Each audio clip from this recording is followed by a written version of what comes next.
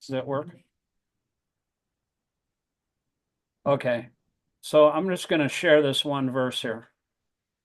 Great. Can you see that? Yes. Okay. This is from the fourth canto. It's the story of King Vena. Are you familiar with that Yep. pastime? Yes. Yeah. So the the King Vena was thinking that he was the supreme personality of Godhead, which most demons do. uh, and so the Brahmanas got angry with him, and they would just simply, without any weapons or anything, they just made some high sounding words and killed him, but then the kingdom was without a ruler. And so they were in a quandary because all the citizens were being attacked by rogues and thieves. And so this is the verse after, the king had left and the country was without a ruler. It says, the great sages began to think that although a Brahmin is peaceful and impartial because he's equal to everyone, it is still not his duty to neglect poor humans. By such neglect, a Brahmana's spiritual power diminishes, just as water kept in a cracked pot leaks out. Do you have any realizations about that verse? Yeah, I mean, it's pretty clear. It's like we all know what our duty is, and especially as a kshatriya or a leader, right? But actually, all it doesn't matter any human really if they neglect this, uh, it's not going to move in the correct direction for people or society or your community or your neighborhood or whether it's macro or microcosm. Um, you know, because that even yeah, as we know as devotees, we look not only just at humans with that duty, but all living entities. So I think it's a great example of what's going on right now, not just in the United States, but we're here to focus on it because we actually live in the United States. But you look across the world, there's so much of this that's happening, right? That the Yeah. neglecting their duty to actually care for people um, um, and animals, and the list goes on, living entities, but specifically humans we're talking about now. But um, Yeah, actually, that is a symptom. Prabhupada defines violence. Violence is actually not preaching Krishna consciousness.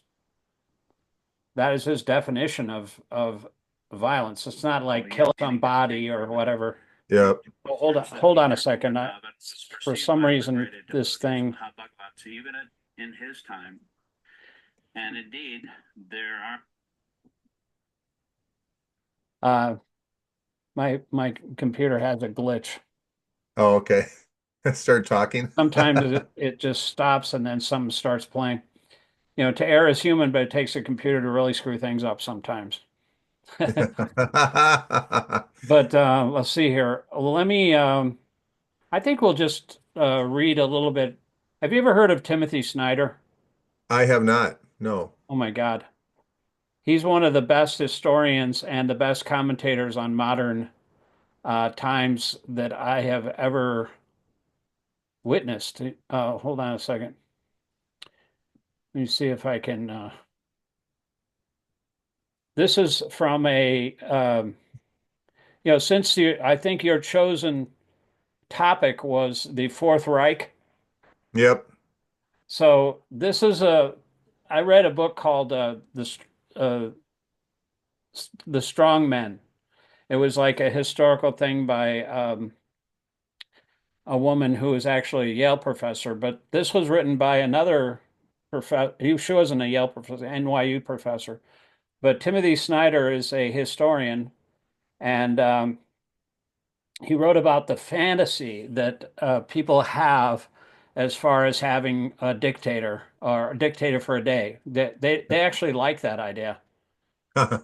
They were asked about it, and back last summer, I think, and I'll show you here. It says 74% of Republicans say they'd let Trump be dictator for a day. That's insane. And also, they believe everything he says. It's actually it's kind of like a Soviet type of psychological technique. They don't really want to do what they're doing, but they do it anyway. Yeah. They agree with whatever they say. And also, despite his well-documented attempts to overthrow the 2020 election, 64% of Republicans believe that he's a person of faith. Yep. So, with that in mind, here is the strongman fantasy. This is what people in this country are somehow I like the idea of strongman rule because democracy is messy. You have all these checks and balances. Why not make it simple and just let a strongman take over? But Snyder in other essays, he points out that it might seem simple, but actually it creates chaos because that's just the way it is. So maybe we can like take turns reading a few paragraphs here. Sure. You, I'll read the first few paragraphs and then I'll scroll the page down. You can read the next ones. Perfect. This is really, he's so brilliant. Timothy Snyder, you got to look into his Substack. Just Google Substack Tim Snyder. I'll look them up. Yeah. Anyway, this was written after the election. Quite a few Americans like the idea of strongman rule, and now we have a president-elect who vows to persecute the enemy within, who has proposed a cabinet that seemed designed to overturn a republic. Hegseth is going to be voted on tonight, and I know. I don't think that any Democrats or any other Republicans other than Collins and Murkowski are going to vote against him because they're all afraid. You know. Yep. So, what's wrong with that? Many ask. Why not a dictator who'll get things done? Prabhupada actually said that, it's very easy for a dictator to get things done, for an autocrat, because there's less checks and balances and, democracy is a messy business. And he says, I've lived in Eastern Europe when memories of communism were fresh. I've visited regions in Ukraine and Russia imposed its occupation regime. I spent decades reading testimonies of people who lived under Nazi and Stalinist or not Stalinist rule. I've seen death pits, some old, some freshly dug, and I have friends who've lived under authoritarian regimes, including political prisoners and survivors of torture. Some of the people I trusted most have been assassinated. So I think there is an answer to this question. Strongman rule is a fantasy. Yep. Essential to it is the idea that a strong man will be your strong man. He won't. In a democracy, elected representatives listen to the constituents. We take this for granted and imagine that a dictator would owe us something. But the vote you cast him affirms your irrelevance. The whole point is that the strong man owes us nothing. We get abused and we get used to it. That reminds me of that song by Living Color that in the late 80s there was a group called Cult of Personality.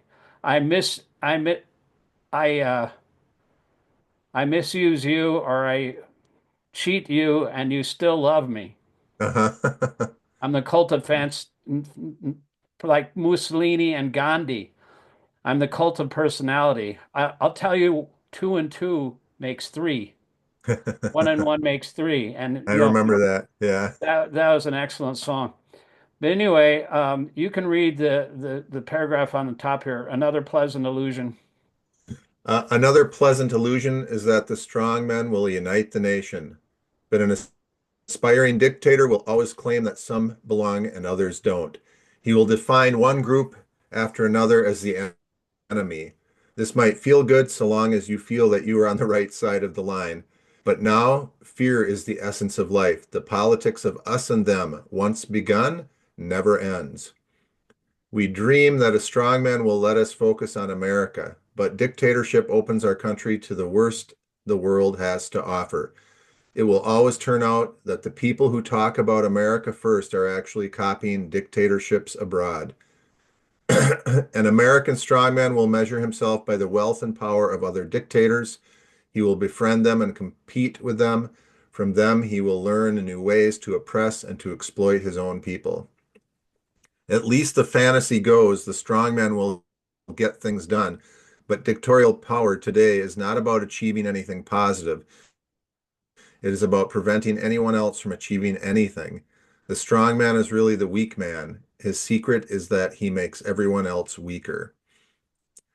Unaccountable to the law and to the voters, the dictator has no reason to consider anything beyond his own personal interests.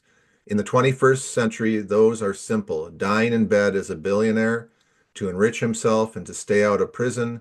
The strong man dismantles the justice system and replaces civil servants with loyalists. Does that sound familiar?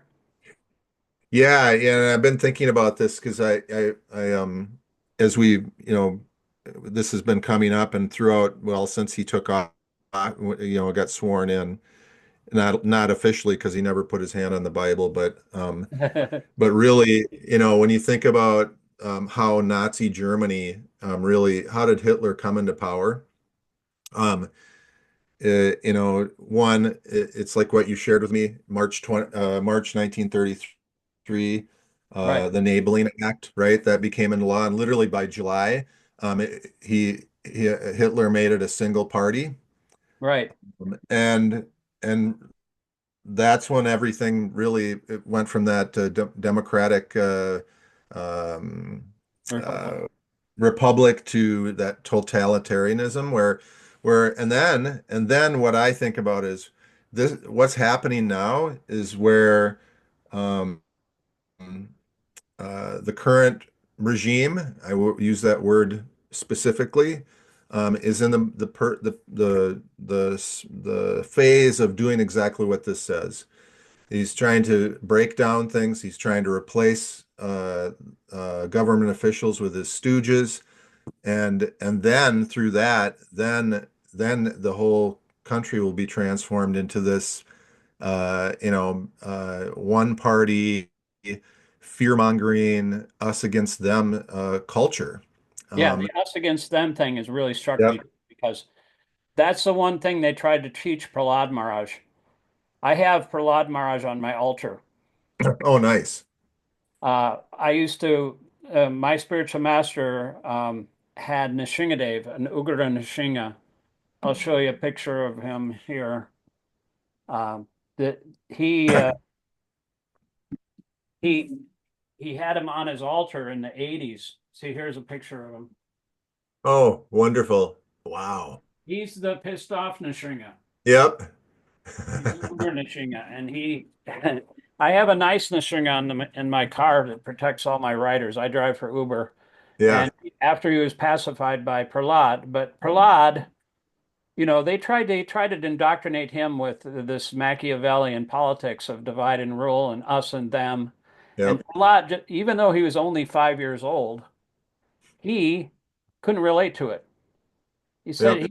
everybody was a servant of Krishna, and he saw Krishna in everyone's heart, which is actually the method to understand who Krishna is. If you see Krishna in everyone's heart, that's Krishna recommends that this is the best way to worship him, to see Krishna in everybody.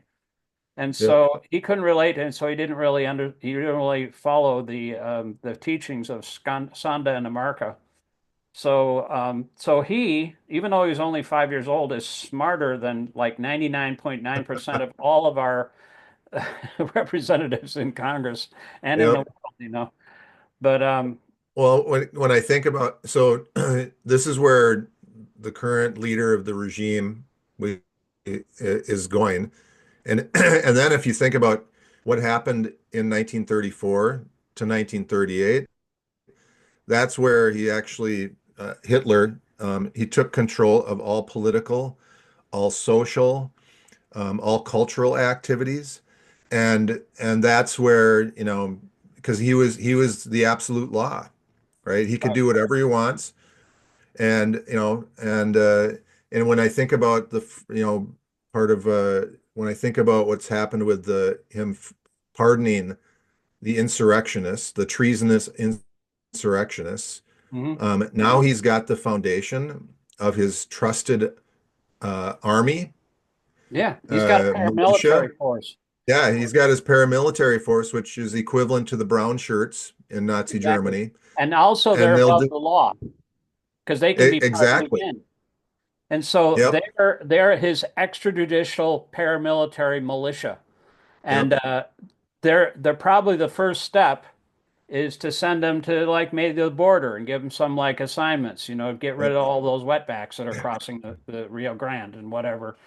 And then they'll feel empowered. I mean, the QAnon shaman, as soon as he got out of jail, as soon as he got news that he was going to be pardoned, he said, "I'm going to go buy some guns."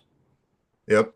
I mean, what Yeah, could and possibly there go wrong with that? I and guess. there's already judges being threatened who prosecuted those. There's already been threats. I So, mean, uh, Trump will protect and pardon all of his cult, his paramilitary operation, but he won't protect a civil servant like Anthony Fauci. He just took away yep, his security guard, even though to this day his family is getting threats yep, from from the. See, he says he doesn't have any responsibility. He's the one that created that whole anti-science propaganda to begin with. That he's been attacked. He's served 7 presidents. He's a civil servant. He doesn't have a selfish bone in his body, oh, but still he's being attacked.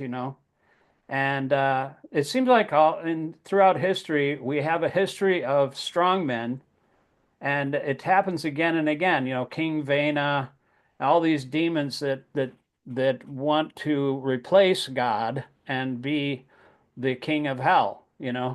yep, So yeah, and so I mean, Krishna had to appear in order to diminish the burden of the earth. I mean, it's been happening for thousands and millions of years, and it seems like it's happening again. But, now, we have to be the representatives of Krishna. Prabhupada said yep, that there's so many wrong things that are happening, so many bad things in the name of nationalism, in the name of science, in the name of bogus religion, and all these things. yep, This this has to be stopped. yep, Our movement. This is what I was meant for our movement. He said these things have to be stopped. Try to understand how important this Krishna consciousness is. yep, And one of his followers said, "Yes, well, what do you think?" And Prabhupada asked him. He said, "Well, it'll be stopped by your mercy." And Prabhupada yep, just started laughing. He said, "My mercy is already there." I mean, yep, Arjuna didn't say to Krishna, you sit on the sidelines and not fight, and by your mercy, I'll win this war. No, his mercy is already there. You have to fight. That's yep. what I mean, Krishna's this, message is. So, yeah, and it's yeah, it's clearly stated in the Bhagavad Gita, right? And by Krishna to Arjuna, but this is where I'm a little confused um, about devotees who are on the other side of the fence, and in support of the regime that we have in the White House right now, because um, nothing that he stands for is actually God conscious. right. I Nothing at mean, it's all. as if they haven't read the 16th chapter of the Bhagavad Gita. Yep, If you read that chapter, it lists the qualities of a demoniac person. So yep, much wealth have I had today, he's my enemy and I'll kill him.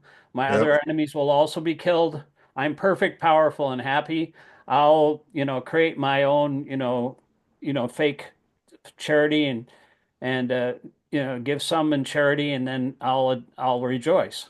yep, This is what the mentality of a demon is, but it seems like uh, devotees they're misled by all this propaganda, and maybe at least I feel like Krishna has given me the ability to cut through all this crap and yep, see what is the difference between reality and illusion. That's the basis of Srimad Bhagavatam, is to find out the difference between reality and illusion and try to educate devotees as to what is the truth. I mean, some devotees are feeling, I mean, a lot of people are not just devotees, but some devotees are feeling like there's no ethical guidance, and because as far as ethical considerations are concerned, there's really no instruction, that much instruction as to guidelines as far as like um, you know what is good for us as far as policy or programs or and who should represent us. We're supposed to avoid it. It's like the third rail of preaching Yeah. is to advise people and to how to govern. But Krishna consciousness it includes everything. It includes economics, it includes politics, it includes Yep. everything. So why should we avoid that just because we don't want to, rock the boat? We What should be told, like Prabhupada and his spiritual master, that they didn't, Bhakti Siddhanta was relentlessly powerful in his condemnation of apasampradayas. And there's apasampradayas, I know a devotee from Ukraine who is pro-Putin. wow. That kind of blows my mind, and Yeah. he doesn't like, Obama because he said he jokes around too much. I like somebody like Trump that tells it like it is. I mean, Tell it's just like completely upside down uh, yeah. from the truth. And so that means they're preferring their own bodily identification or their own political preference. It's like some people like ice cream, vanilla ice cream, some like chocolate, but it's just a personal preference. It doesn't have anything to do with what Krishna says in the Bhagavad Gita. Yep. Krishna doesn't he tells it like it is, and we should also tell it exactly like Krishna says in the Bhagavad Gita, Yep. without mincing it, without compromising it. I mean, so many people compromise their preaching because they don't want to offend anybody or take partisan sides. But a lot of devotees are feeling kind of left out in the cold. Like one devotee I used to be a personal servant of Deva Swami back in the Yeah. 90s.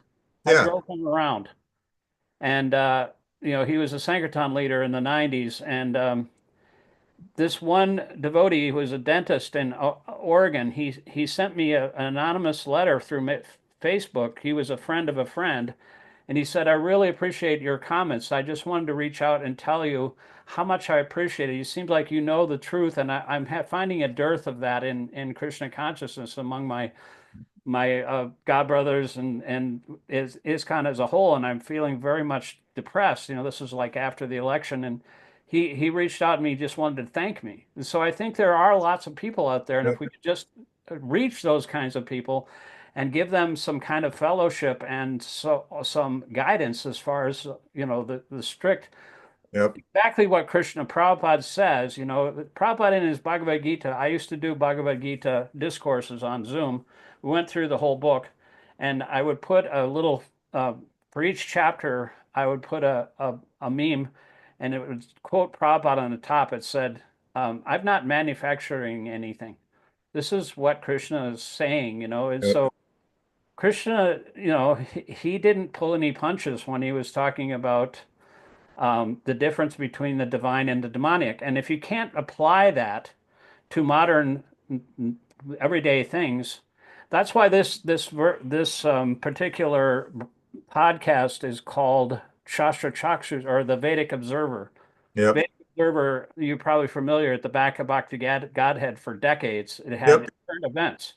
And that was my favorite thing because it kind of like brought it all, it seems like all this philosophy is way up in the air or ethereal, to especially to a new devotee, unless you can actually bring it down to common sense and apply it.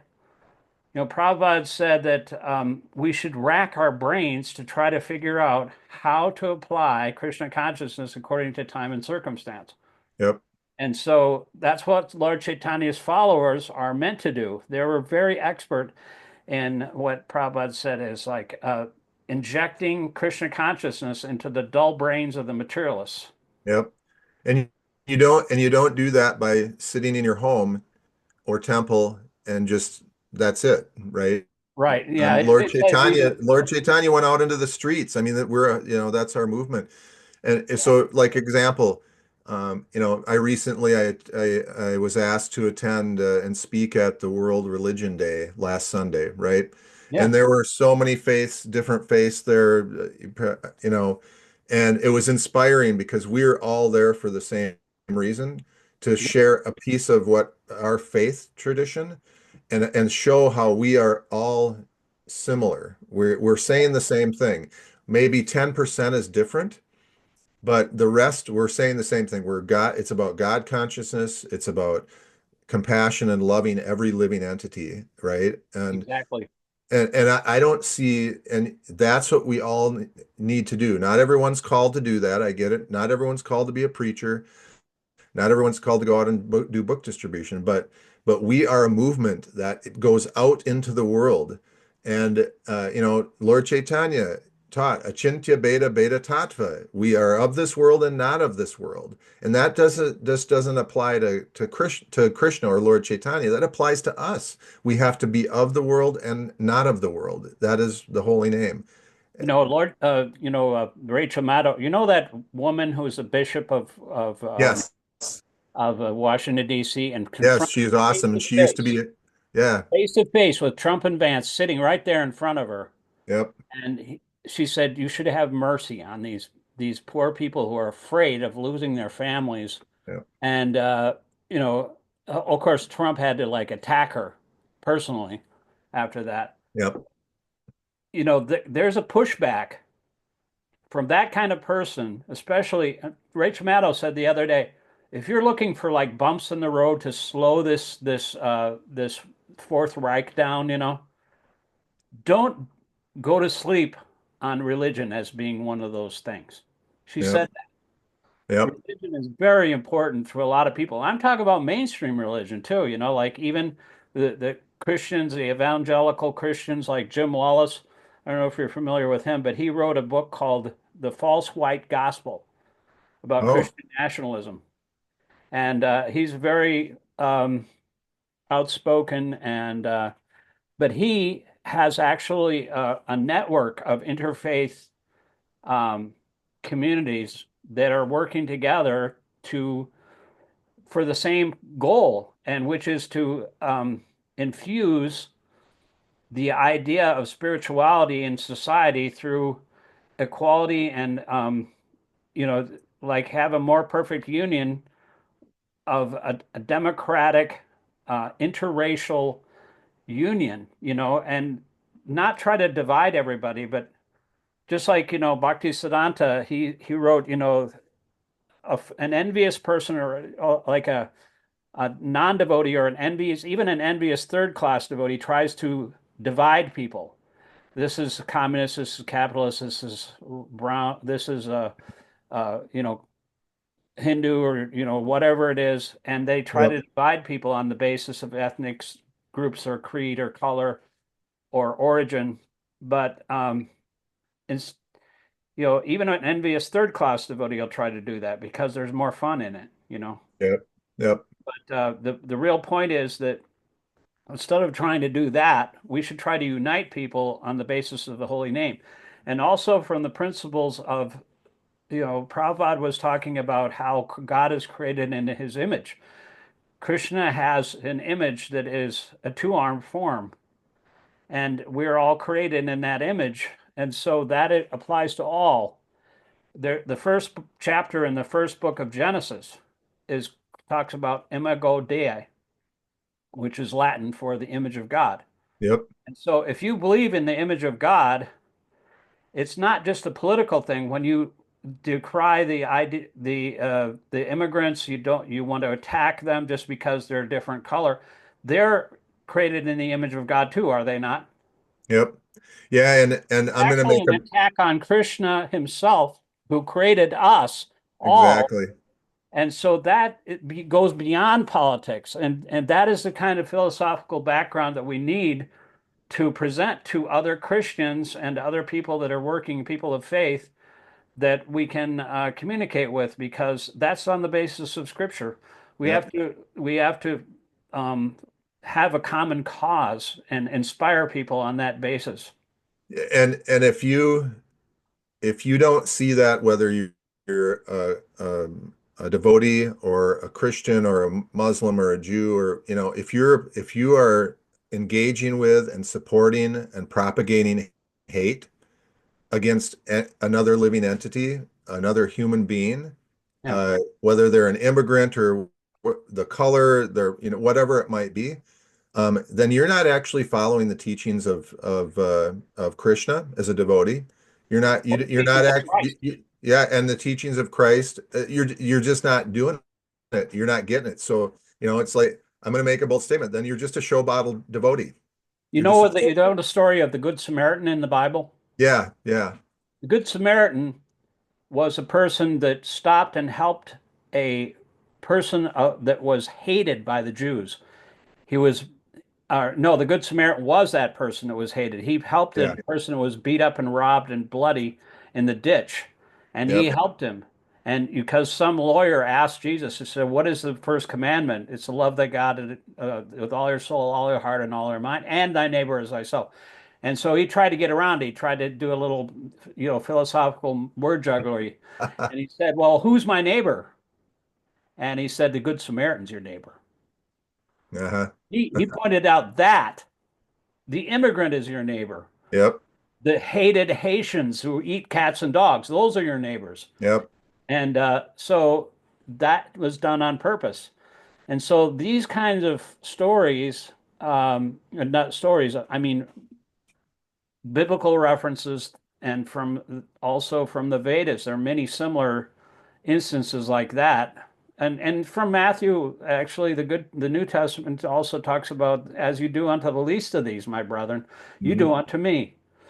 So it turns it around and shows people that if you're actually following Christ, it's not like, you have to show mercy on the least of these yep, and not attack those who are asking you to show mercy, as Trump did yeah, to that brave bishop the other day. yep, I mean,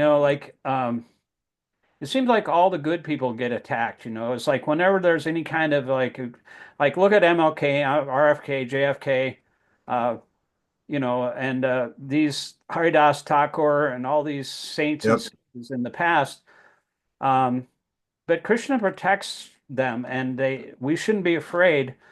We should be like warriors. We should actually try to follow in the footsteps of all these great souls and uh, and be like Nrsimhadev. yep, We have and be like Prahlad. be like Prahlad. Prahlad wasn't afraid of his own, falling into Maya, even though he was Yep, born in a demonic family. yep, He said, as long as I'm glorifying you, I feel perfectly safe. I'm just simply concerned with these poor fools and rascals who are yep, making huge plans to increase the sense gratification of their families and society and country. And I'm simply concerned with love for them. I don't want to go back to Godhead unless I can deliver them. yep, So actually, somebody like Haridas Thakur, somebody like Vrindavan Das Thakur, or who was that? No, Vasudev Datta. uh, He said that Prabhupada or Bhaktisiddhanta said he was even more merciful than Jesus Christ and yep, these devotees because he wanted to go to hell forever and suffer all the sins for all the living entities, whereas Jesus, wanted to save his followers. But it's not really good to compare. But if you look at it in that sense, he was willing to suffer for that. And Lord Chaitanya took his. We as devotees have power. We can actually request. That's how Lord Chaitanya came to this earth, because Haridas Thakur and Advaitacharya were calling Lord Chaitanya, yep, and that's why he came. So if we also try to relieve Lord Chaitanya of his anxiety for all these fallen souls, and we try to help him in that way and try to relieve his anxiety because he feels a lot of anxiety through the suffering of the living entities. It's not just the Vaishnavas, it's his anxiety. It's not ours. It's yep.